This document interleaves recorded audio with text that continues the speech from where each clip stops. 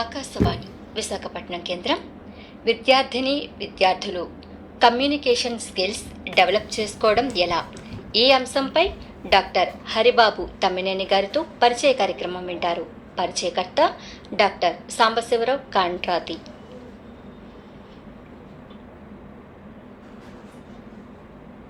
Professor Haribabu Tammineni గారు, నమస్కారం అండి. నమస్తే అండి. హరిబాబు తమ్మినేని గారు, మీరు లెండీ కాలేజీలో ఇంగ్లీష్ డిపార్ట్మెంట్లో ప్రొఫెసర్గా బాధ్యతలు నిర్వహిస్తున్నారు.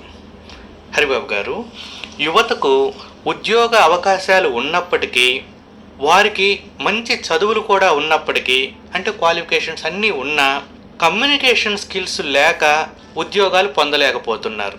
కమ్యూనికేషన్ స్కిల్స్ని అభివృద్ధి ఎలా చేసుకోవాలంటారు? ఇది సాధారణంగా మన రెగ్యులర్గా వింటున్న మాటేనండి. కమ్యూనికేషన్ అనేది ఒక చదువుతో పాటు ముడిపడి లేదని నా భావన. కమ్యూనికేషన్ అనేది తాను సరిదిద్దుకుని తనకి వచ్చిన భాష కానీ, తన వేషధారణతో కానీ, భాషని వేషధాన్ని లింకప్ చేస్తూ అందంగా ఎదుర్కొనే వాళ్ళకి ఏదైతే అర్థం అవ్వాలో అర్థమయ్యేటట్టు చెప్పగలిగితే కమ్యూనికేషన్ అంటారు. అయితే మీరు అడిగిన ప్రశ్నకి, ప్రస్తుత యువత ఉద్యోగ అవకాశాలు ఉన్నా కమ్యూనికేషన్ లేకపోవడం వల్ల ఉద్యోగాలను సాధించలేకపోవడం అనేది ఒక మిథ్యే అనొచ్చు. ఎందుకంటే యువతలో ఒక రకమైన భావం దాగి ఉంది. యువతే కాకుండా ప్రతి వ్యక్తి కూడా తనకు తెలిసిన విషయాన్ని ఎదుర్కొన్న వాళ్ళకి అర్థమయ్యేటట్టు చెప్పాలన్న కోరిక బలంగా ఉంటే కమ్యూనికేషన్ ఆటోమేటికలీ పాసిబుల్. సో ఈ కమ్యూనికేషన్ని ప్రాక్టీస్ చేసే విధానం, ప్రాక్టీస్ చేయించే విధానం మీద మనం మంచి ప్రయత్నం చేస్తే గనక, నేను బీయింగ్ అ ప్రొఫెసర్ కొన్నాళ్ళుగా ఈ ప్రయత్నాలు చేస్తున్నాను కనుక నమ్మకంతో చెప్తున్న మాట ఏమిటంటే, ఈ కమ్యూనికేషన్ ప్రాక్టీస్ చేయించడం ద్వారా యువతలో ఒక నిగూఢమైన శక్తిని బయటికి తీయచ్చు. దాని ద్వారా మంచిగా కమ్యూనికేషన్ని వారిలో పెంపొందింపు చేయొచ్చు. త్వరలోనే మనం 21st సెంచరీలోకి వచ్చాము. త్వరలోనే యువతలో ఈ కమ్యూనికేషన్ లేమి అన్న మాట తగ్గిపోతుందని మనందరం నమ్ముదామండి. ప్రొఫెసర్ హరిబాబు గారు, అసలు ఈ కమ్యూనికేషన్ స్కిల్స్ నేర్పటం కానీ లేకపోతే నేర్చుకోవటం కానీ సాధ్యపడుతుందంటారా? ఇది ఖచ్చితంగా మంచి ప్రశ్న. ఎందుకంటే కమ్యూనికేషన్ అనేది స్వతహాగా ప్రతి వ్యక్తిలో దాగి ఉన్న మంచి ప్రతిభావంతమైన లక్షణం. ఇది నేర్చుకోవటం అనేది కొంచెం చూడటానికి, వినడానికి సాధ్యపడదేమో అని అనుకున్నప్పటికీ కూడా ఖచ్చితంగా సాధ్యపడి తీరుతుంది. ఎందుకు అంటే బలంగా నమ్మాలి మొదట. అంతేకాకుండా కమ్యూనికేషన్లో ఒక మంచి స్థాయిని పెంపొందింప చేయడానికి, కమ్యూనికేట్ చేసే వ్యక్తులకి ఒక చాలా కాన్ఫిడెన్స్ని క్రియేట్ చేయగలగాలి. వారు మాట్లాడుతున్న భాష కానీ, వారు భాషలో చేసిన చిన్న చిన్న పొరపాట్లు కానీ, లేకపోతే భాషని మాండలికానికి లింక్ చేసి మాట్లాడుతున్నప్పుడు మాండలికం ద్వారా వారు సరైన పాత్రని పోషించలేదని మనం ధృవీకరించడం కానీ, ఇలాంటివి చేయకుండా ఉంటే కమ్యూనికేషన్లో ఖచ్చితంగా మంచి నేర్పరితనాన్ని మనం ఇవ్వచ్చు. సో నేర్పడం కానీ నేర్చుకోవడం కానీ సులువండి. కాకపోతే కమ్యూనికేషన్ అనేది నేర్చుకోవడం కంటే అనుకరించడం ద్వారా మంచి ప్రోగ్రెస్ వస్తుంది, మంచి ప్రతిభ కనబడేటట్టు మనం చేయొచ్చు. ఈ పట్టణాల్లో, ఈ నగరాల్లో ఉన్న వాళ్ళేమో బెటర్గా కొంచెం అంటే మనుషులతో చొచ్చుకుపోయి మాట్లాడే తత్వం ఉంటుంది. అదే పల్లెటూర్లు, మన ఏజెన్సీ ఏరియాలో పోతే ఇంకా ఇంటీరియర్ విలేజ్లు, వీళ్ళు ఏంటంటే మాట్లాడటానికి కానీ మొహమాటం అడ్డు రావటం కానీ అంత కమ్యూనికేషన్ స్కిల్స్ వాళ్ళు ప్రజెంట్ చేయలేరు. ముఖ్యంగా వాళ్ళు ఎలా నేర్చుకోవాలి కమ్యూనికేషన్ స్కిల్స్? మొట్టమొదట నా వరకు, నా ప్రయత్నం మేరకు నేను అబ్జర్వ్ చేసింది ఏమిటంటే, ప్రతి వ్యక్తిలో కమ్యూనికేషన్ కంటే ముందర కమ్యూనికేషన్ ఎబిలిటీ అనేది ఒకటి ఉంటుంది. దానికి ప్రధాన అవరోధం ఏంటంటే, నేను మాట్లాడలేనేమో, నేను సరిగ్గా అతని ఎదుర్కొన్న వ్యక్తికి విషయాన్ని విశదీకరించలేనేమో అన్న ఒక అపోహ కానీ, ఒక అభద్రతా భావం కానీ వ్యక్తిలో ఉంటే గనక కమ్యూనికేషన్లో సరైన పంథాన్ని మనం కొనసాగించలేకపోవచ్చు.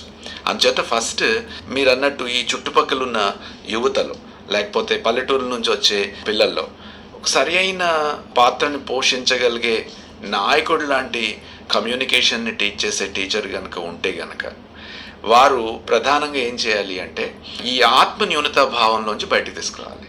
వాళ్ళకు ఒక మంచి ఎన్వైరన్మెంట్ని సెట్ చేయాలి. వాళ్ళు మాట్లాడుకోవడానికి ఒక మంచి వాతావరణాన్ని కల్పించాలి. ఒకవేళ వాళ్ళు ఏం మాట్లాడుతున్నా ప్రతి చోట వారిని కరెక్ట్ చేయకుండా ఎక్కడ అవసరమో అక్కడ కరెక్ట్ చేస్తూ వారిని కనుక వెన్నుతట్టి ప్రోత్సహిస్తే డెఫినెట్లీ కమ్యూనికేషన్ స్కిల్స్ అనేవి పట్టణాల్లో కంటే పల్లెల్లోంచి వచ్చిన యువత వారి వారి యొక్క బ్యాక్గ్రౌండ్ నుంచి వారికి ఉన్న నాలెడ్జ్ని బట్టి ఖచ్చితంగా మాట్లాడగలుగుతారు. ఇది మేము మా కాలేజీలో చేస్తున్న పనే. ఒక 20 ఏళ్ల నుంచి నేను అదే కాలేజీలో ఈ వృత్తిని కొనసాగిస్తూ చాలా ఆహ్లాదకరంగా ఆనందిస్తున్నాను. అందున నేను ఇంగ్లీష్ లాంగ్వేజ్ కమ్యూనికేషన్ స్కిల్స్ని వాళ్ళకి టీచ్ చేయటం, అంతేకాకుండా అది ఫారిన్ లాంగ్వేజ్ అయినా కూడా దానిలో ఉన్న మెలకువల్ని ఎలా మనం తీసుకోవాలి అన్న దానికి ముందర అసలు వాళ్ళ కాన్ఫిడెన్స్ని నింపుతున్నాను. సో ఆ రకంగా కమ్యూనికేషన్లో వీళ్ళు వెనుకబాటుతనంలో ఉన్న వాళ్ళు ఎవరైనా కూడా కంగారు పడాల్సిన అవసరం లేదు. ముందర అసలు వాళ్ళు కాన్ఫిడెన్స్ మీద ఆధారపడితే కమ్యూనికేషన్ ఈజీగా పాసిబుల్ అవుతుంది. ముఖ్యంగా మన తెలుగు రాష్ట్రాల్లో వాళ్ళకి ఎక్కువగా తెలుగు మీడియం చదువుకోవడం వల్ల ఇంగ్లీష్ అంటే ఒక భయం ఉండటం వల్ల నేను కమ్యూనికేషన్ చేయలేనేమో అంటే వీళ్ళు రొటీన్గా మాట్లాడేది కాదు, చదువుకున్నది కాదు. ఇక్కడ చాలామంది విద్యార్థులు నిరుద్యోగులు ఇబ్బంది పడుతున్నారండి. వాళ్ళ ఇబ్బంది నుంచి వాళ్ళు బెటర్గా ఇంగ్లీష్ మాట్లాడటం, కమ్యూనికేషన్ పెంపొందించుకోవటం ఎలా? నిజమండి. ప్రధానంగా మనం ఆలోచించి చూస్తే మనం మాట్లాడుకునే భాష మన ఇద్దరికి అయితే తెలుగు కామన్గా ఉంది. తెలుగులో మనం మాట్లాడుకోవటం అనేది ఎప్పుడూ చేస్తూ ఉంటాం కనుక తెలుగులో మనం చాలా అందంగా వ్యక్తీకరిస్తున్నామన్న భావన మనకు ఉంటుంది. అదే ఇంగ్లీష్లోకి వచ్చేసరికి అందున ఇంగ్లీష్ లాంగ్వేజ్లో కమ్యూనికేషన్ స్కిల్స్ చేస్తే చాలా మంచి కమ్యూనికేటర్ అన్న ఒక భావన ఈ సొసైటీలో ఎక్కువగా ఉంది. అండ్ అటు మన తెలుగు రాష్ట్రాల్లో అయితే ఇంకా ఎక్కువగా ఉంది. వారు తెలుగులో మాట్లాడితే వినని వాళ్ళు ఒక్కసారిగా ఇంగ్లీష్లో గలం విప్పారు అంటే ఖచ్చితంగా అందరూ వినడం మొదలు పెట్టేస్తారు. దాంతో ఈయన మంచి కమ్యూనికేటర్ అన్న ఫీలింగ్లో ఈయన ఉంటాడు. అయితే ఈ కమ్యూనికేషన్ ఇంగ్లీష్లో బాగా రావాలి అంటే ప్రధానంగా మనం చేస్తున్న చిన్న చిన్న తప్పులు ఏమిటంటే ప్రధానంగా ఓన్లీ భాష మీద ఆధారపడిపోతాం మనం. ఇంగ్లీష్ లాంగ్వేజ్లో కానీ తెలుగు లాంగ్వేజ్లో కానీ మరే ఇతర లాంగ్వేజ్లో కానీ మనం మాట్లాడాల్సి వచ్చినప్పుడు భాష ఒక్కటే కాకుండా భాషతో పాటు దాని సహాయ కార్యక్రమాలు బోల్డని ఉన్నాయి. ఏమిటి? చక్కటి ఆహార్యం, అలాగే చిరునవ్వుతో పలకరింపడం, లేదా చిరునవ్వుతో తను అనుకున్న భావాన్ని ఎదుర్కొన్న వ్యక్తికి విషయ పరిజ్ఞానంతో చెప్పి వారు ఇతను అర్థం చేసుకునేటట్లు చేయటం, లేకపోతే ఎక్కడ ఎత్తుబడి ఉండాలి, ఎక్కడ తగ్గి మాట్లాడగలగాలి, ఏ రకమైన వాయిస్ మాడ్యులేషన్ని చేయాలి, ఇట్లాంటి వాటి మీద మనం చదువుకుంటున్న ఈ టోటల్ చదువుల్లో ఎక్కడ మనకి అది ఎక్కువగా మనకి ఒక స్ట్రెస్ ఇవ్వబడదు, ఒక ఎంఫసైజ్ చేయబడదు. కాకపోతే ఏమిటంటే మనం నేర్చుకున్న ఇంగ్లీష్ లాంగ్వేజ్ భాషని మాత్రమే మనం మాట్లాడుతూనే ఉండాలి, మాట్లాడుతూనే ఉంటాము. మాట్లాడినప్పుడు వీటిలన్నిటిని యాడ్ చేసుకోవటం ఎలాగో తెలియకపోతేనే ఈ ఇంగ్లీష్ కమ్యూనికేషన్ స్కిల్స్ని అందంగా గొప్పగా మనం తెలుసుకోలేమని ఒక భావన. అందుకు మనం ఏం ప్రయత్నం చేయాలి అంటే ఒక భాషతో పాటు మిగతావి కూడా యాడ్ చేయగలిగితే చాలా అందంగా మంచి ఇంగ్లీష్ కమ్యూనికేషన్ స్కిల్స్ని పెంపొందించుకోవచ్చు అన్నది నా ఆశ. ఇప్పుడు ఈ తెలుగు మీడియం వాళ్ళు ఏం చేయాలంటారంటే ఇంగ్లీష్ మూవీస్ చూడటం వలన లేకపోతే స్పోకెన్ ఇంగ్లీష్ వాటికి వెళ్ళటం వలన ఏం చేస్తే వీళ్ళు నేర్చుకోగలుగుతారు? ప్రధానంగా వాళ్ళు ఫర్ దట్ మ్యాటర్ ఒక ఇంగ్లీష్ లాంగ్వేజ్ అనే కాదు, ఏ లాంగ్వేజ్ అయినా ఆ లాంగ్వేజ్లో ఆలోచించడం మొదలు పెట్టాలి. ఆ లాంగ్వేజ్లోకి మారిపోవటానికి కావాల్సిన పరికరాలన్నింటినీ రెడీ చేసుకోవాలి. అందులో మీరు అన్నట్టు న్యూస్ పేపర్ చదవటం కానీ, లేకపోతే ఇంగ్లీష్ పుస్తకాలు, ఇంగ్లీష్ ఏదైనా సబ్ టైటిల్స్తో ఉన్న మూవీస్ని చూడటం కానీ, లేకపోతే పలువురు ఇంగ్లీష్ బాగా మాట్లాడగలిగే వారి దగ్గరికి వెళ్ళి భయం బెరుకు లేకుండా మనం తప్పు మాట్లాడినా చాలా గొప్పగా మాట్లాడినట్లు వారితో ప్రయత్నింపు చేయటం కానీ, లేకపోతే వారు మాట్లాడుతున్నట్టు వారిని అనుకరిస్తూ మనం కూడా ఒక ఆర్టికులేషన్ని డెవలప్ చేసుకోవటం వల్ల కానీ ఇంగ్లీష్ కమ్యూనికేషన్ స్కిల్స్ని ఈజీగా డెవలప్ చేయటం అవుతుందండి. ప్రధానంగా భాష మీద ఖచ్చితంగా పట్టు ఉండాలి. భాషలో ఉండే వొకాబులరీని నేర్చుకోగలగాలి. ఏ పదాన్ని ఎక్కడ మాట్లాడాలి, ఏ పదాన్ని ఎక్కడ మనం ఒత్తి చెప్తే బాగా వస్తుంది అన్న ఆ పదాలను తెలుసుకుంటూ విషయాలన్నింటిని జోడించగలిగితే ఖచ్చితంగా ఇంగ్లీష్ కమ్యూనికేషన్ స్కిల్స్ బాగా మారిపోతాయి. పేపర్ చదవటం అని చెప్పారు. అంటే పేపర్ తీసుకుని మార్నింగ్ ఆ పేపర్లో అంతా రీడ్ చేయమంటారా? ఏం చేయమంటారు? దాని టెక్నిక్ ఏంటి? నో పేపర్ రీడింగ్ టెక్నిక్ ఏంటంటే, మొదట హెడ్లైన్స్ చాలా అందంగా కనబడతాయి, ఈజీగా ఉంటాయి. అక్కడ ఎక్కడ కూడా గ్రామర్ వాల్యూస్ ఉండవు. మనకి భాషకు వచ్చేసరికి ఏంటంటే, ఇంగ్లీష్ భాష మనం నేర్చుకునే విధానం ఏంటంటే మొదటి నుంచి కూడా గ్రామర్ నేర్పుతారు. గ్రామర్ నేర్పడం వల్ల గ్రామర్ ఎందుకు నేర్పుతారంటే, గ్రామటికల్ యాక్యురసీ ఉంటే భాష అందంగా వస్తుంది. అందులోకి మనం అదర్ లాంగ్వేజ్ నేర్చుకుంటున్నాం కనుక గ్రామర్ని నేర్పుతారు. సో ఇక్కడ ఈ హెడ్లైన్స్లో ఆ గ్రామర్ బాధ ఉండదు. ఒకనొక కవి ఏంటంటే, ఎప్పుడు నీ ఫామ్లో పైన్స్ ఉంటాయి, నా ఫామ్లో యాపిల్స్ ఉంటాయి, మనమేంటి ఎప్పుడు ఈ ఫామ్స్ని విడదీసుకుంటూ గోడ కట్టుకుంటున్నామని ఒక ఇంగ్లీష్ కవి ఒక పోయంలో చెప్తాడు. మెండింగ్ వాల్ అని ప్రతి సంవత్సరం వాళ్ళు గోడ కట్టుకుంటుంటారు, గోడ విరిగిపోతూ ఉంటుంది. అదొక సందర్భం. అక్కడ ఆయన ఏం రాస్తాడంటే, ఆ కవి, you have pines, I have apples అనాల్సిన చోట యువర్ పైన్స్, మై యాపిల్స్ అంటాడు. అప్పుడు కూడా అందంగానే ఉంది. పైన్స్ అండ్ యాపిల్స్ అంటాడు, అప్పుడు కూడా అందంగానే ఉంది. అంటే ఒక సెంటెన్స్ రూపంలోనే ఎప్పుడు మాట్లాడితే అది మాటలకి అందంగా మనకు అర్థమవుతుంది అన్న విధానం ఏమీ ఉండదు. ఎలా అయినా కమ్యూనికేట్ చేసేటప్పుడు అక్కడ కావాల్సిన కీవర్డ్ పడాలి. సో ఈ హెడ్లైన్స్ ద్వారా మనం కీవర్డ్స్ని నేర్చుకుంటాం. సో ఈవెన్ ఆల్ ఇండియా రేడియోలో కూడా న్యూస్ రీడర్స్ వారు చేసే ప్రయత్నం ఎంత అందంగా ఉంటుందంటే, నా క్లాస్లో ఖచ్చితంగా ప్రతిరోజు ఒక న్యూస్ ఐటెంని ప్రజెంట్ చేయటం నాకు ఇష్టం. మొదటి 10 నిమిషాల్లో న్యూస్ పేపర్ చదవటం, అలాగే న్యూస్ ఐటెంని పెట్టడం. అప్పుడు ఈ న్యూస్ ఐటెంని పెట్టినప్పుడు పిల్లలు అలా తదేకంగా దాన్ని చూస్తూ వింటూ ఖచ్చితంగా వారిని వారు మార్చుకునే ప్రయత్నం చేస్తారు. సో ఈ న్యూస్ పేపర్ చదవటం అనే ఒక ప్రక్రియ ఉంది. అది పూర్తిగా చదవాల్సిన అవసరం లేదు. హెడ్లైన్స్, అంతేకాకుండా ఒక పారాగ్రాఫ్ని తీసుకున్నప్పుడు క్రక్స్ ఆఫ్ దట్ ఐడియా ఎలా ప్రజెంట్ చేస్తున్నారు, అది రాయటం ద్వారా కాకుండా మాటల్లో మనం మనం చదువుతూ ఉంటే చదవడానికి వీలుగా ఉండేటట్టు న్యూస్ పేపర్ రాస్తారు. ఆ డైనమిక్స్ని నేర్చుకోవడానికి న్యూస్ పేపర్ని కనుక వాడుకోగలిగితే కమ్యూనికేషన్లో మనం చాలా ముందరకు వెళ్ళగలుగుతాం. కమ్యూనికేషన్ స్కిల్స్ విద్యార్థులు ఏ స్థాయి నుండి అలవర్చుకుంటే మంచిది? ఇది ఒక స్థాయి అని చెప్పడానికి లేదు, కానీ విద్యార్థుల్లోనే కాదు, అసలు ఏ వ్యక్తి అయినా సరే, అసలు గర్భంలో ఉన్నప్పుడే చాలా అద్భుతంగా మనం కమ్యూనికేషన్స్ని ఎంజాయ్ చేస్తూ ఉంటామంట.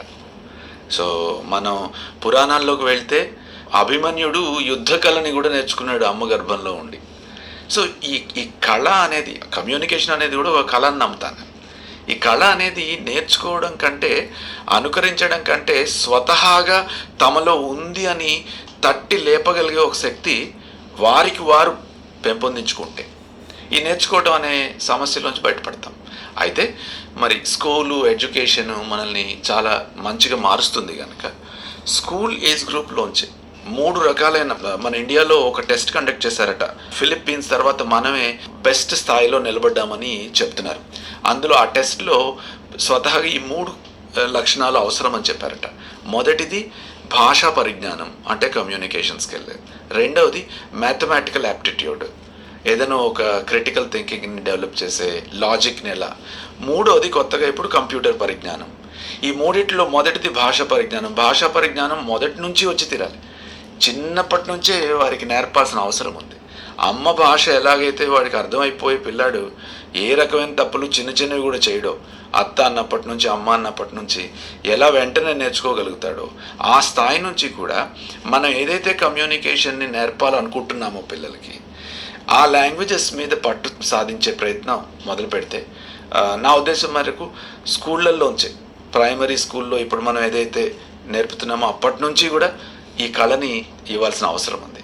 అన్నిటికంటే ముందర కమ్యూనికేషన్ బలపడాలి అంటే దానికి సంబంధం ఉన్న ఉపన్యాస కళ బలపడాలి, లేకపోతే దానికి సంబంధం ఉన్న స్టోరీ టెల్లింగ్, కథని చెప్పగలిగే ఒక మంచి స్కిల్ డెవలప్ అయ్యేటట్టు మనం ట్రై చేస్తే ఆటోమేటిక్గా కమ్యూనికేషన్ డెవలప్మెంట్ జరుగుతుంది.